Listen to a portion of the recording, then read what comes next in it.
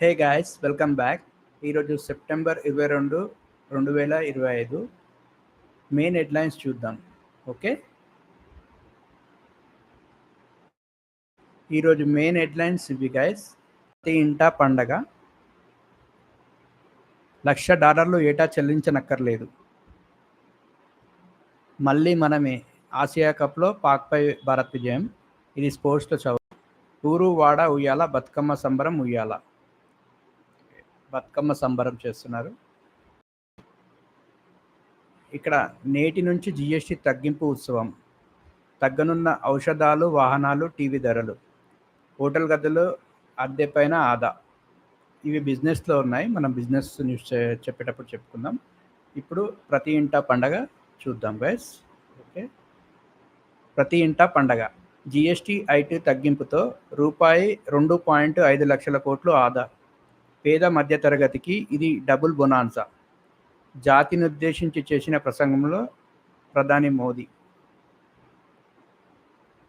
ఆ డబ్బుతో కళని నెరవేర్చుకోవడం సులభం. స్వదేశీకి వైభవం తీసుకురావాలి. ఆత్మనిర్భర్తోనే వికసిత భారత్. తయారీ రంగాన్ని ఇవి పాయింట్స్. ఓకే, ఆదాయపు పన్నును రూపాయి 12 లక్షల వరకు మినహాయించడం. జీఎస్టీ తగ్గడం వల్ల పేద మధ్యతరగతి ప్రజలకు ఈ ఏడాది కేంద్రం నుంచి డబుల్ బొనాన్సా లభించినట్లయిందని ప్రధానమంత్రి నరేంద్ర మోదీ పేర్కొన్నారు. వీటి వల్ల ఈ ఒక్క ఏడాదే ప్రజలకు రూపాయి 2.5 లక్షల కోట్లు డబ్బు ఆదా కానుందని చెప్పారు. దీనివల్ల వారు తమ కలలను నెరవేర్చుకోవడం మరింత సులభమవుతుందని అభిప్రాయపడ్డారు. ఇళ్ల నిర్మాణంలో ఇష్టమైన వస్తువుల కొనుగోలులో ఖర్చు తగ్గుతుందని పేర్కొన్నారు. సోమవారం నుంచి దేశవ్యాప్తంగా కొత్త జీఎస్టీ రేట్లు అమలు కాబోతున్న తరుణంలో ప్రధాని మోదీ ఆదివారం సాయంత్రం జాతినుద్దేశించి 20 నిమిషాలు ప్రసంగించారు. దువ్వెన కూడా స్వదేశీ వస్తువే అయి ఉండేలా ప్రజలు జాగ్రత్త పడాలని సూచించారు. ఆత్మనిర్భర్ భారత్ ద్వారానే వికసిత భారత్ కళ సాధ్యమవుతుంది. కాబట్టి మనం ప్రపంచ స్థాయి నాణ్యత పరిమాణాలతో వస్తువులను ఉత్పత్తి చేయాలని పిలుపునిచ్చారు. మిగతా 2వ పేజీలో మరిన్ని వివరాలు. ఆయన పన్నుల వల నుంచి విముక్తి అదేందో చూద్దాం. దశాబ్దాల పాటు ప్రజలు, వ్యాపారులు పన్నుల వలలో చిక్కుకుపోయారు. డజన్ల కొద్దీ పన్నులు ఉండేవి. ఒక నగరం నుంచి ఇంకో నగరానికి వస్తువులు పంపేటప్పుడు లెక్కలేనన్ని చెక్ పోస్టులు దాటాల్సి వచ్చేది. ఎన్ని అడ్డంకులు చవి చూడాల్సి ఉండేది. ప్రతి చోట వేర్వేరు నియమాలు ఉండేవి. దేశంలో పన్ను ఇబ్బందులకు అద్దం పట్టే ఒక వార్తను 2014లో ఒక విదేశీ పత్రికలో చూశాను. బెంగళూరు నుంచి హైదరాబాద్కు సరుకు పంపడానికి బదులు ఐరోపాకు ఎగుమతి చేసుకొని అక్కడి నుంచి హైదరాబాద్కు దిగుమతి చేసుకోవడం సులభమని ఓ కంపెనీ ఆవేదన వ్యక్తం చేసినట్లు ఉంది. సరుకు పంపేందుకు పెరిగే ఖర్చును సాధారణ ప్రజలే భరించాల్సి వచ్చేది. దేశాన్ని ఆ పరిస్థితుల నుంచి బయటకు తీసుకురావడానికి మేం జీఎస్టీ ప్రవేశపెట్టాం. ఓకే, సంస్కరణ ఓ నిరంతర ప్రక్రియ. సంస్కరణ నిరంతర ప్రక్రియ. వర్తమాన అవసరాలు, భవిష్యత్తు కళలను దృష్టిలో ఉంచుకొని జీఎస్టీలో కొత్త సంస్కరణలు పెడుతున్నాం. 5-18% పన్ను స్లాబులు మాత్రమే ఉంచుతున్నాం. అనేక వస్తు సేవలు 0% పన్ను కిందికో లేదంటే 5% పన్ను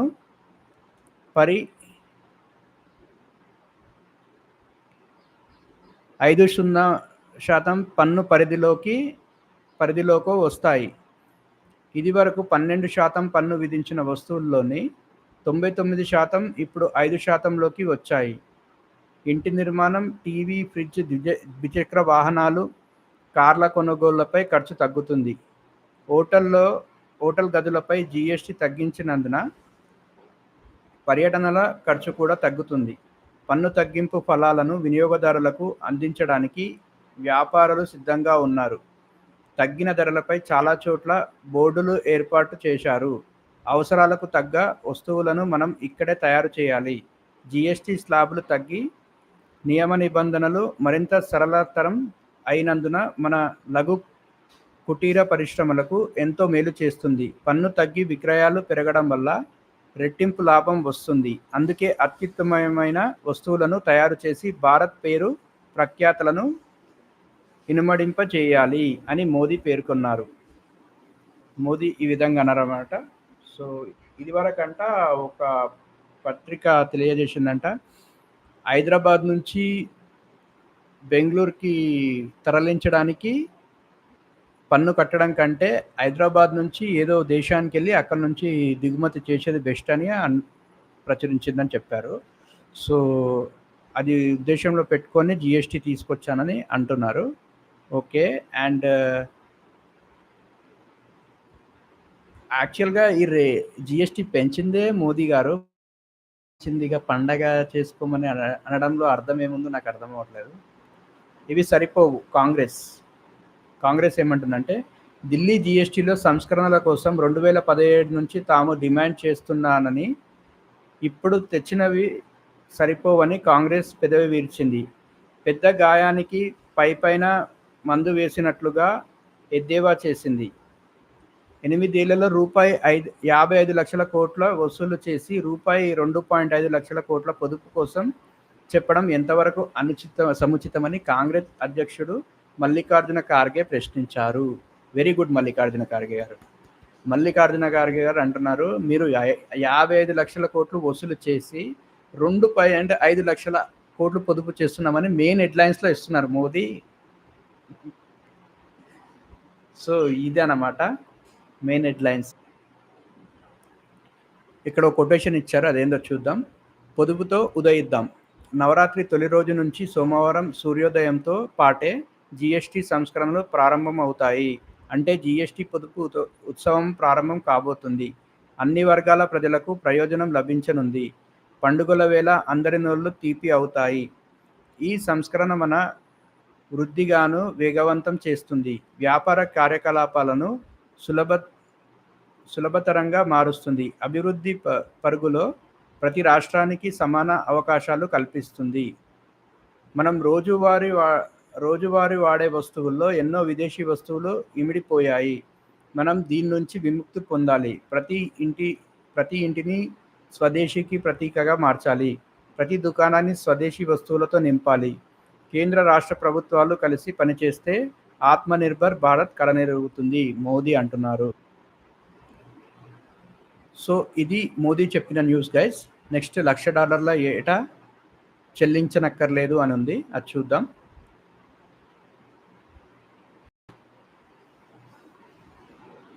$1,00,000 ఏటా చెల్లించనక్కర్లేదు, ఒక్కసారి కడితే సరిపోతుంది. ఈ ఫీజు కేవలం కొత్త H1B వీసా దరఖాస్తుదారులకే. అంటే ఈ H1B వీసా కొత్తగా ఎవరైతే తీసుకుంటారో వాళ్ళకే అంట, పాత వాళ్ళకి చెల్లదంట. ప్రతి వారికి ₹1,00,00,000 అంటే 80 లక్షలు కట్టాల్సిన అవసరం లేదు అని చెప్తున్నారు. సో చూద్దాం. $1,00,000 రానున్న లాటరీ సైకిల్లోనే అమలు. 2025 లాటరీ విజేతలకు వర్తించదు. రెన్యువల్ చేసుకోవాలనుకునే వారికి ఆందోళన అవసరం లేదు. ట్రంప్ నిర్వాహక ఉత్తర్వుపై అమెరికా యంత్రాంగం వివరణ.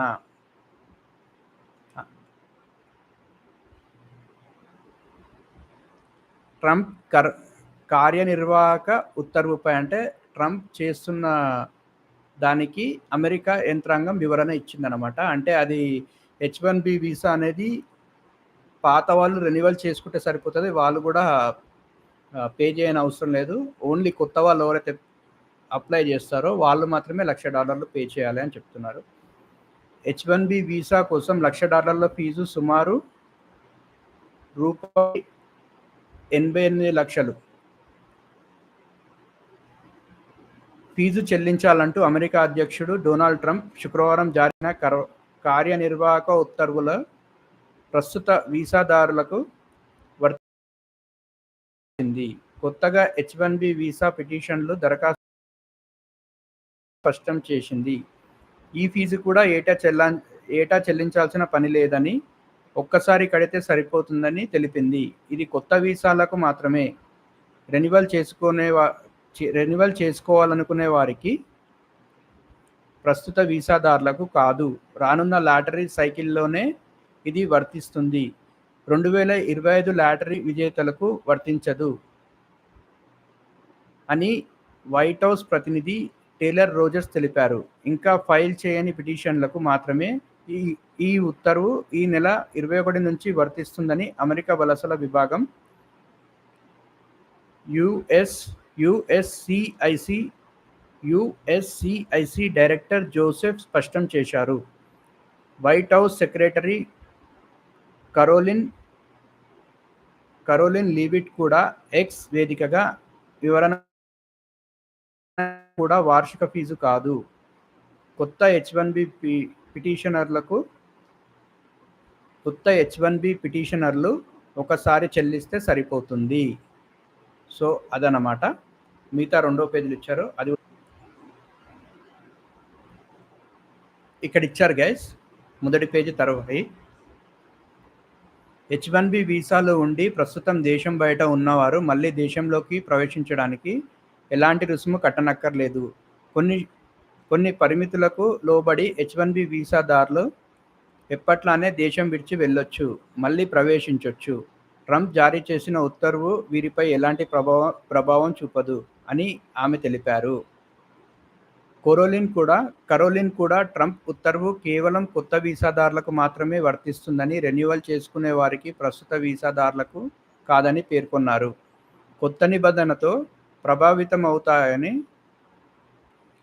నిబంధనలతో ప్రభావితమవుతామని ఆందోళనకు గురవుతున్న అమెరికా, భారత్లోని H-1B వీసాదారులకు ట్రంప్ యంత్రాంగం ఇచ్చిన ఈ వివరణ భారీ ఊరటే. ఇది guys H-1B visa news. Okay, ఇప్పుడు ఇది చదువుదాం గైస్. ఊరు వాడ ఉయ్యాల, బతుకమ్మ సంబరం ఉయ్యాల అంట గైస్. చాలా మంది వచ్చారు. ఇది ఎక్కడో చూద్దాం. హనుమకొండలోని 1000 స్తంభాల గుడి ఆవరణలో ఆదివారం ప్రభుత్వం ఆధ్వర్యంలో నిర్వహించిన బతుకమ్మ సంబరాలకు భారీగా తరలివచ్చి ఆడిపాడుతున్న మహిళలు చాలా మంది వచ్చారు హనుమకొండలోని 1000 స్తంభాల గుడి దగ్గర. Nice guys. ఇది 2వ పేజీలో ఉందంట. ఇది చదువుదాం.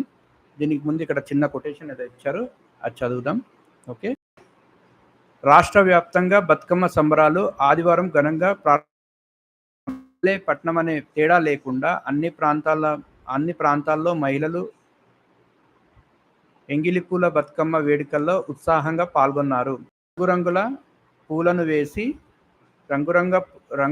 పూలను పేర్చి సందడిగా ఆడి పాడారు.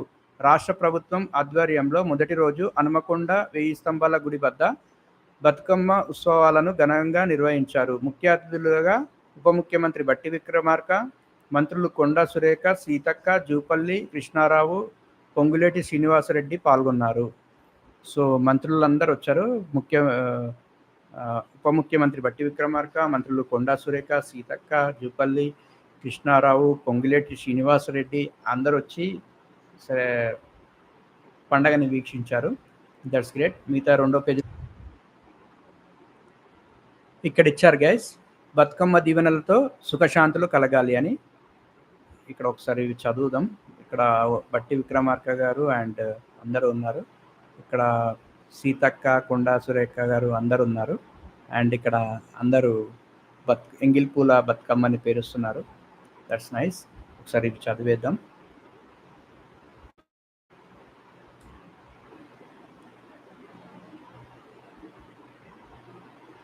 మాట్లాడుతున్న ఉప ముఖ్యమంత్రి బట్టి విక్రమార్క, చిత్రంలో ఎమ్మెల్యే గండ్ర సత్యనారాయణ, రాష్ట్ర పర్యాటక అభివృద్ధి చైర్మన్ పటేల్ రమేష్ రెడ్డి, ఎమ్మెల్యే నాయని రాజేందర్ రెడ్డి, మంత్రులు పొంగిలేటి శ్రీనివాసరెడ్డి,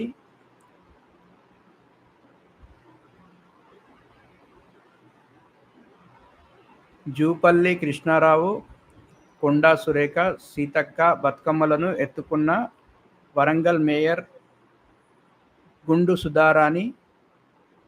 మంత్రులు సీతక్క, కొండా సురేఖ, ఎంపీ కావ్య, ఈమె గుండు సుధారాణి. ఓకే, వీళ్ళందరూ ఉన్నారు. తెలంగాణ భవన్లో బతుకమ్మలను పేర్చుతున్న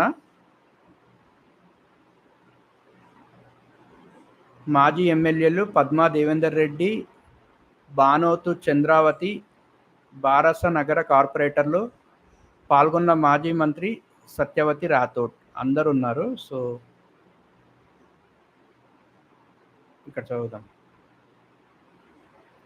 ఉప ముఖ్యమంత్రి బట్టి విక్రమార్క ఏమంటున్నారో చూద్దాం. ఈనాడు వరంగల్, న్యూస్ టుడే, హన్మకొండ చౌరస్తా. తీరొక్క పూలతో 9 రోజుల పాటు పూజలు అందుకునే బతుకమ్మ దీవెనలతో రాష్ట్రంలో సుఖశాంతులు వెళ్లి విరియాలని ఉప ముఖ్యమంత్రి మల్లు బట్టి విక్రమార్క ఆకాంక్షించారు. మహిళలు తెలంగాణ సురక్షితంగా ఉండేలా గౌరమ్మ ఆశీర్వదించాలని కోరారు. ఆదివారం సాయంత్రం వరంగల్లోని 1000 స్తంభాల ఆలయ ఆవరణలో నిర్వహించిన బతుకమ్మ పండుగ ప్రారంభోత్సవంలో మంత్రులు కొండా సురేఖ, సీతక్క, జూపల్లి కృష్ణారావు, పొంగులేటి శ్రీనివాసరెడ్డి, ఎంపీ కడియం కావ్యతో కలిసి పాల్గొన్నారు. ఈ సందర్భంగా వేడుకకు హాజరైన మహిళలను ఉద్దేశించి బట్టి మాట్లాడుతూ తెలంగాణ సంస్కృతి శాఖ ఆధ్వర్యంలో ముఖ్యమంత్రి రేవంత్ రెడ్డి నేతృత్వంలో రాష్ట్రంలో పెద్ద ఎత్తున బతుకమ్మ సంబరాలు ప్రారంభమైనట్లు ప్రకటించారు. జూపల్లి మాట్లాడుతూ బతుకమ్మ మన సంస్కృతి సాంప్రదాయాలను ప్రతిబింబిస్తుందని, మహిళలను సంఘటితం చేస్తుందన్నారు. బతుకమ్మ నవరాత్రుల పూజలు ఫలించి ప్రజలందరి కోరికలు తీరాలని పొంగులేటి ఆకాంక్షించారు. మంత్రులంతా అంతకుముందు క్షేత్రంలో సాంస్కృతిక కార్యక్రమాలను వీక్షించారు. మంత్రి నోట బతుకమ్మ పాట అంట. వేడుకల ప్రారంభోత్సవంలో కొండా సురేఖ చిత్తూల బొమ్మ శివుని ముదుల గుమ్మ అంటూ బతుకమ్మ పాటను ఆలపించగా పక్కనే ఉన్న మంత్రి సీతక్క, గ్రేటర్ వరంగల్ మేయర్ గుండు సుధారాన్ని గొంతు కలిపారు. వేదికకు ఎదురుగా ఉన్న మహిళలు ఉత్సాహంగా నృత్యం చేశారు. వేదికపై నుంచి దిగాక మంత్రి సురేఖ బతుకమ్మ ఆడారు. అంతకుముందు మంత్రులు, మహిళా ప్రజానిధులు, తెలంగాణ సాంస్కృతిక సారథి చైర్మన్ వెన్నెల, ఆర్యవైశ్య కార్పొరేషన్ చైర్మన్ కవిత, హనుమకొండ కలెక్టర్ స్నేహ శబరీష్, గ్రేటర్ వరంగల్ కమిషనర్ చాహత్ బాజ్పేయిలు 1000 స్తంభాల ఆలయంలో రుద్రేశ్వరుణ్ణి పూజించి బతుకమ్మలను ఎత్తుకొని వేదికపై రావడం ఆకట్టుకుంది. ఓరెత్తిన బతుకమ్మ పాటలు, తెలంగాణ భవన్లో సందడిగా సంబరాలు. Banjara Hills, news today. ఓకే, ఇది బంజారాహిల్స్లో బతుకమ్మ వేడుకలు బంజారాహిల్స్తోని తెలంగాణ భవన్లో ఆదివారం కన్నుల పండువగా ప్రారంభమయ్యాయి. బారస సీనియర్ నాయకురాళ్లతో పాటు వందల మంది మహిళలు తరలివచ్చారు. బతుకమ్మ పాటలతో తెలంగాణ భవన్ ఓరెత్తింది. మాజీ మంత్రి సత్యవతి రాథోడ్, మాజీ ఎంపీ మాలోతు కవిత, మాజీ ఎమ్మెల్యేలు పద్మా దేవేందర్ రెడ్డి, గొంగిడి సునీత, నేతలు సుమిత్రానంద్, తులౌమ కార్పొరేటర్లు బతుకమ్మలను పేర్చారు. పలువురు మాట్లాడుతూ రాష్ట్రంలో ప్రస్తుతం పండగ కళ తప్పిందని, మళ్ళీ కేసీఆర్ అధికారంలోకి రావాలని, బతుకమ్మ వేడుకలు ఘనంగా జరగాలని ఆకాంక్షించారు.